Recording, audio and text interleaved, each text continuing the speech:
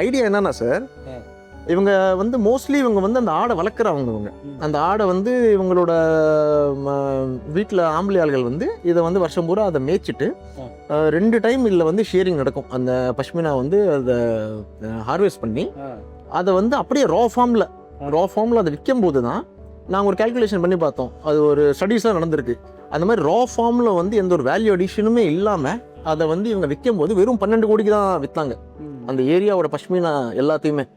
ஆனால் அதே 12 கோடி, இது நான் சொல்கிறேன் 2015 இந்த சிச்சுவேஷன் இருந்துச்சு. இதே பஷ்மினா வந்து 12 கோடி ரூபாய்க்கு வந்து வாங்கிட்டு போய் வெளியே வந்து இதோட வேல்யூ அடிஷன் நடந்துக்கணும். ஷால் மாதிரி அந்த மாதிரி இந்த ஸ்கில்ஸ்லாம் அதில் வந்து ஆட் ஆகும்போது அதோட மதிப்பு வந்து கூடி 12 கோடிலேருந்து 200 கோடியை தாண்டுது.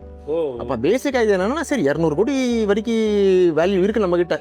அந்த வேல்யூ வந்து கொஞ்சம் தக்க வச்சு நம்ம இங்கே இந்த மக்களுக்கு வந்து கொஞ்சம் கொடுத்தா, ஏன்னா இவங்க இருக்கிறது வந்து ரொம்ப டஃப்பான கண்டிஷன்ஸ். ரொம்ப வந்து -30-40 ஈஸியாக போவாங்க.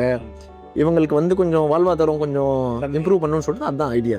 இது வேணா இது கூட்டுறவுங்கிறதுனால இதில் யாருமே வந்து இதில் வந்து என்ன சொல்கிறது, இது எம்ப்ளாயர் ரிலேஷன் கிடையாது. இவங்க எல்லாருமே ஓனர்ஸ் இவங்க. ஸோ வர ப்ராஃபிட்டை வந்து அவங்க வந்து பிரிச்சுக்குவாங்க. அவங்க எந்த அளவு வளர்ந்துருக்குன்னா, இவங்க வந்து மோஸ்ட்லி இவங்கெல்லாம் இல்லிட்ரேட் விமன். இவங்க எழுத படிக்க தெரியுது. ஒரு சில பேர் நிறைய படிச்சிருக்காங்க, ஆனால் முக்கால்வாசி பேருக்கு வந்து எழுத படிக்க தெரியாது. ஆனால் இப்போ இவங்க வந்து ஓனர் ஆனதுக்கான ப்ரூஃப் என்னன்னா, இவங்களே வந்து national institute of design, national institute of fashion technology மாதிரி ஆர்கனைசேஷன்ஸில் படித்து வெளியே வந்த பேட்ச் கிராஜுவேட்ஸ் வந்து எம்ப்ளாய் பண்ணுறாங்க. இப்போ எங்களோட டிசைனர் வந்து NIT கிராஜுவேட். அவங்களுக்கு வந்து சம்பளம் இவங்க கொடுக்குறாங்க. அந்த அளவு வளர்ந்துட்டாங்க இவங்க.